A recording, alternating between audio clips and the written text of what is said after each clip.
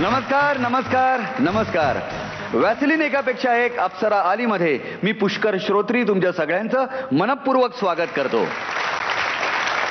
पूर्वीच्या काळी लोक असं म्हणायचे की आठवड्यातला प्रत्येक दिवस हा रविवार असला पाहिजे, म्हणजे काय सुट्टी आराम वगैरे वगैरे वगैरे. पण सध्या लोक असं म्हणायला लागलेले आहेत की आठवड्यातला प्रत्येक दिवस हा बुधवार गुरुवार असला पाहिजे, म्हणजे आम्हाला रोज अप्सरांचं दर्शन घडेल. अहो, एका माणसाने तर मला मेल सुद्धा असा पाठवलेला आहे की जसं एखाद्या चॅनलवरती 24 तास बातम्या चालू असतात ना, तसं अप्सरांचं दर्शन घडवणारं 24 तासाचं एखादं चॅनल ठेवा ना. बघा बघा बघा, म्हणजे ह्याची सगळी पॉप्युलरिटी इतकी वाढत चाललेली आहे. याचं कारण ह्या अप्सरांचं नृत्य कौशल्य, आणि त्यामुळेच त्यांनी सर्व रसिकांवरती मोहिनी घातलेली आहे, त्यांचं मन जिंकलेलं आहे. पण या सगळ्यासाठी ह्या फक्त अप्सराच कारणीभूत आहेत का? तर नाही, अप्सरांच्या जोडीनं कारणीभूत आहेत ते त्यांचे गुरु. तेव्हा आपण स्वागत करूया गुरूंचं, अर्थात दीपाली विचारे. दीपाली, तुला टार्झाने हाय सांगितलं हा? अच्छा, मी एक फुल पॅन्ट आणून ठेवली आहे, ती प्लीज त्याला पोचव. देऊ शकतो मी, पण टार्झा गेलाय शारजाला.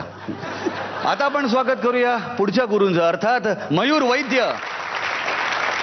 आणि ह्या आठवड्यात मधल्या खुर्चीत बसण्याचा मान मिळवणारी फुलवा खामकर. आणि आता आपण स्वागत करूया आपल्या कुटुंब प्रमुखांचं, अर्थात लाडके महागुरु सचिन पिळगावकर यांचं.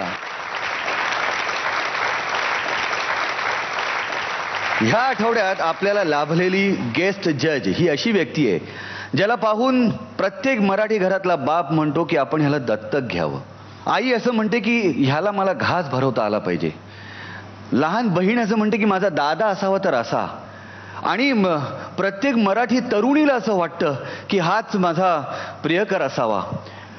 नाही नाही, ह्या सगळ्या क्वालिटीज एका माणसामध्ये असणं ही खरं तर अंधश्रद्धा आहे.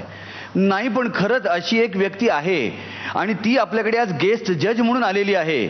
जोरदार टाळ्यांनी स्वागत करूया स्वप्नील जोशी ह्याचं.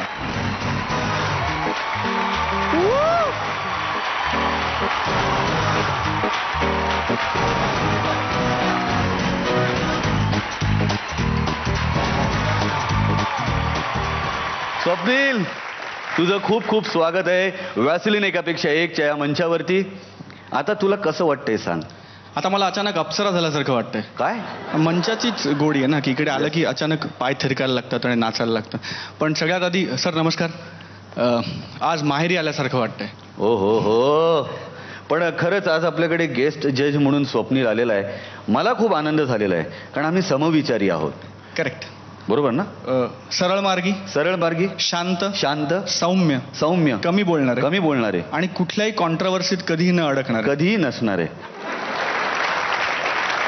आपल्या आसनावरती बसू शकतो. Yes, thank you.